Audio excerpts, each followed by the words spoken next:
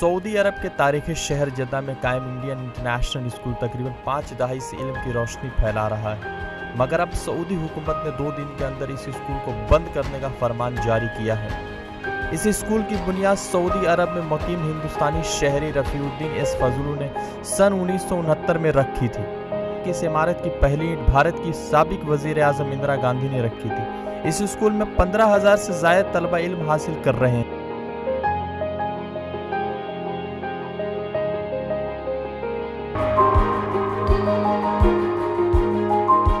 इस स्कूल की एक तारीखी पहचान है। आलमी ज़ियाबतीस दिन के मौके पर यहाँ के बच्चों ने सबसे बड़ा इंसानी मौसाक बनाया था, जो कि गिनीज आलमी रिकॉर्ड में दर्ज की गई है।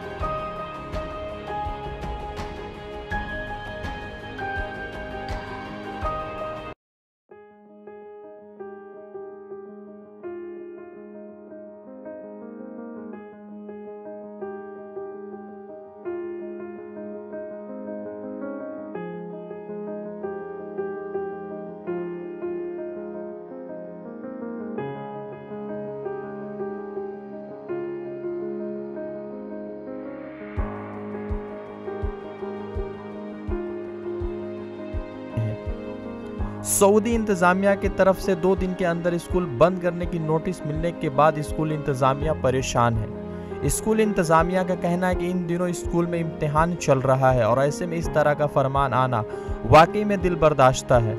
इंतजामिया ने स्कूल को बचाने के लिए भारतीय वजीर खारजा सुषमा स्वराज से मदाखलत करने की अपील की है। अब देखने की बात यह होगी कि सुषमा स्वराज की मदाखलत इस स्कूल को बंद होने से बचा पाती है या नहीं।